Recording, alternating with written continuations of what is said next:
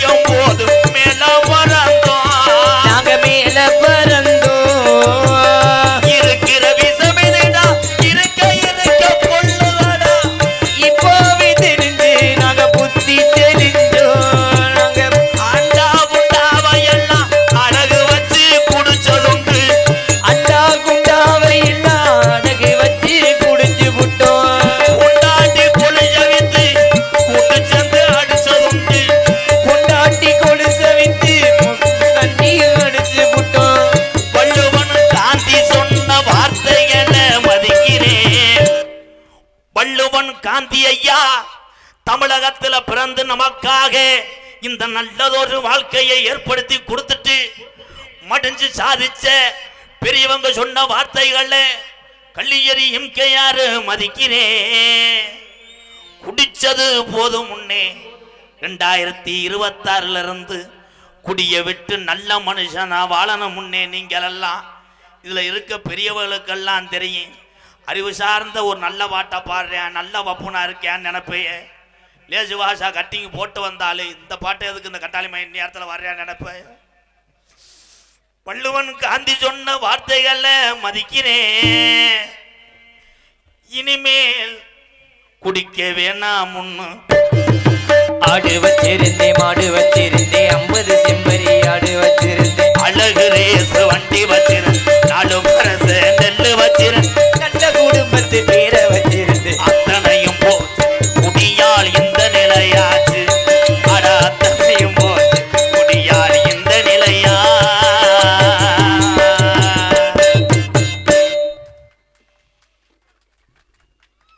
இந்த பெரியவெல்லாம் கைதட்டா அன்றைய காலத்தில் ஒரே சரக்கு தான் அந்த சரக்கும் கண்ணாடி பாட்டில் தான் இருக்கும் சொட்டு சொட்டா வடியும் நீர் கசிவு மாதிரி சாராயம் சாராயம் காய்ச்சின ஊரில் ஃபேமஸான ஊரில் எங்கள் ஊர் பிள்ளைத்திலாக்குலாம் தெரியாதே சாராயம் காய்ச்சி விட்டு அந்த போதையை அன்றைய காலத்தில் இறக்குவது என்னென்னா பொண்டாட்டி தான் நிறைய போதில் வரும்போது அங்கேருந்து சட்டியோடு வந்து பொண்டாட்டியை தூக்கி உலக்கையில் ஓட்டி அடிப்பாங்க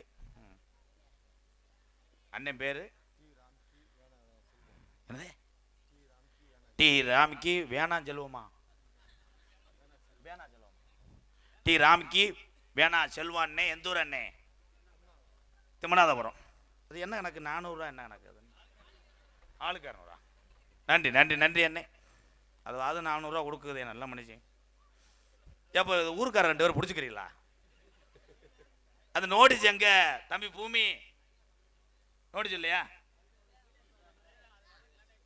லேட் ஆயிடுச்சா நாடக நோட்டீஸ் தான் கேட்டேன் எதுக்கு அப்படி இப்படின்ற என்ன கடத்திலும் பொன்னலம் குடியே ராமநாதபுரம் மாவட்டம் கமுதி வட்டம் திம்மநாதபுரம் கிராமத்திலே மாவீரன் வீரபாண்டிய கட்டபொம்மும் 267வது பிறந்தநாள் விழாவை முன்னிட்டு பெருநாளி சுற்றுவட்டார ராஜ கம்பளத்து நாக்கியர் பேரவை இணைந்தும் மற்றும் பெருநாளி சுற்றுவட்டாரத்தில் இருக்கக்கூடிய நாக்கியர் மக்கள் வாடக்கூடிய கிராம பொதுமக்கள் ஒன்றுபட்டும் மற்றும் சுற்றுவட்டார மக்களுடைய அன்பையும் ஆதரவோடும் நடக்கக்கூடிய நாடகம் ஸ்ரீ பள்ளித்திரும நாடகம் உங்கள் மத்தியில் விமர்சையாக நடைபெறும். நடிமிச வேந்தன் நடிமிச மன்னன் உங்கள் விமான நட்சத்திரம் ராஜ்குமார் அவர்கள் இந்த மேடையிலே வேலன் வேடன் விருத்தனாக குயிலுக்கு இணையாக பாடக்கூடிய பைந்தமிழ் செல்வி பாட்டுக்கென்று பிறந்த ஒரு வீர தமிழச்சி பாசத்துக்குரிய அன்பு சகோதரி மன்னார்குடியை சேர்ந்த கஸ்தூரி அவர்கள் வள்ளியாக நடிக்க காத்துக் கொண்டிருக்கிறார். பாட்டுக்கென்று பிறந்து பாட்டுக்கென்று இருந்து எனக்கு மதுரை விமான நிலையம் பின்புறமாக இருக்கக்கூடிய நிலத்திலே 2 ஏக்கர் நிலத்தை இழந்தவன் கூலுச்சாமியனுடைய சொந்த தம்பி மகன் என் அன்பு தம்பி அஜித்குமார் அவர்கள் நாரதராக தோன்ற காத்துக் கொண்டிருக்கிறார். ஆறுமுனிய கலையரசு பின்பாட்டி இசையமுது என் அன்பு தம்பி பெட்டியில பேர் இல்லாம வாசிக்கிறேன். ஏன் அந்த பேரையெல்லாம் இவர்கள் யார் என்று கேட்டு தெரிய வேண்டும் ஒரு ரப்பு ஆசை.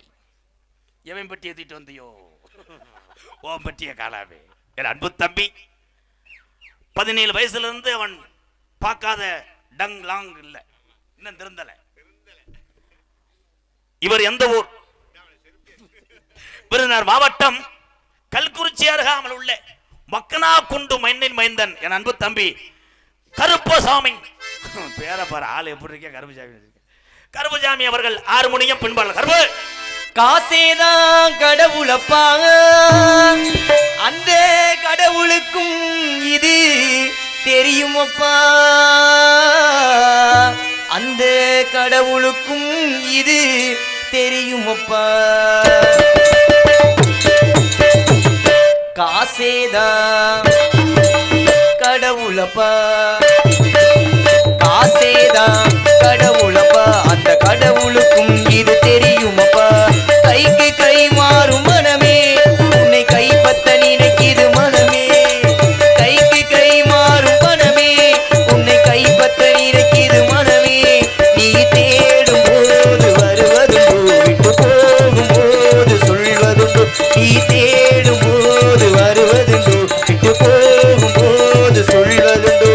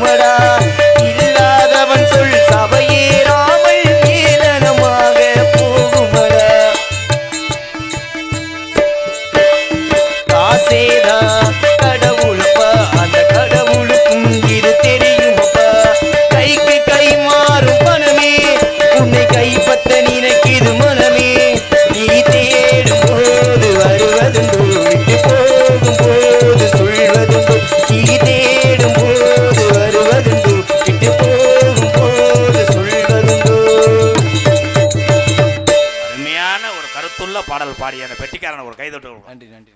காசு உன்னிடம் இருந்தால் தான் 10 பேர் பின்னாடி தெரிவேன். காசு இல்லாமல் ஒரே ஒரு விஷயம், டெய்லி ஒரு ஆளுக்கு 100 ரூபா விடு.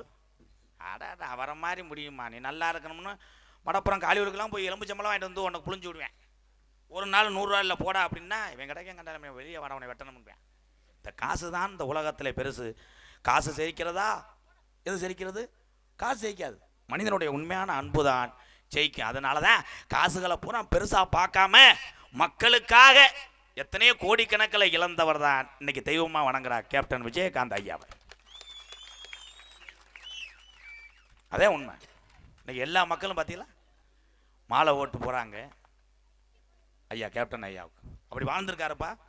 நான் சினிமாவில் நடிக்கும்போது நான் கேட்டறிந்த ஒரு மனிதன் யாருன்றா கேப்டன் விஜயகாந்த் ஐயா தான். எதனால் கேப்டன் ஐயா பிடிக்கும்னு எல்லாரும் கேளுங்க. சினிமாவில் நானும் தான் போய் நடித்தேன். இந்த சினிமாவில் என்ன செய்வாங்கன்னா கோடிக்கணக்கில் சம்பளம் வாங்கக்கூடிய கதாநாயகனுக்கு ஒரு சாப்பாடு வரும், அதே மாதிரி கதாநாயகிக்கு ஒரு சாப்பாடு வரும், அவங்களுக்கு தனி கேரம்னு வரும். ஆனால் அந்த கதாநாயகனுக்கு பின்பலமாக இருக்கக்கூடிய என் பாமர மக்கள், எங்கள் அப்பா வயசான அப்பா அம்மாலாம் 3 மணி நேரத்துக்கு முன்னாடி வெயிலில் போய் 200 ரூபா காசுக்காக நின்று கொண்டு இருப்பாங்க. சார் ரெடி சார் சாப்பிட்டு போகலான்னு சொல்லும் போதே ஹீரோ அந்த கேரம்லேருந்து இறங்கி வருவார். சாப்பாடு பாகுபாடு பார்த்தாங்க, கையேந்தி நிற்பாங்க சினிமாவில்.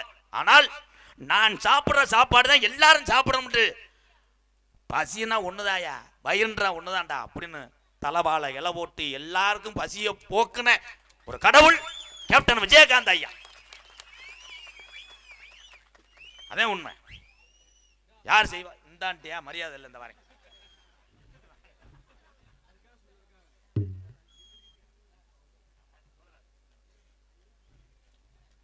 சோழராசி என் தம்பி சார்பாக ரூபாய் 501 எங்கள் அண்ணன் இந்தான்னு என்னை நாய் மாதிரி கூப்பிட்டு 200 ரூபா விடுச்சு. எதில் ஒன்றும் கட்டு போக மாட்டேன். அது என் பெரியம்மா மயந்தேன். விடிய காலம் பசுக்கு இல்லாமல் நீ தெரியல. எதில் விட்டேன்? கொஞ்சம் பல்லு வளைக்கிட்டு வரீங்களா? அலசி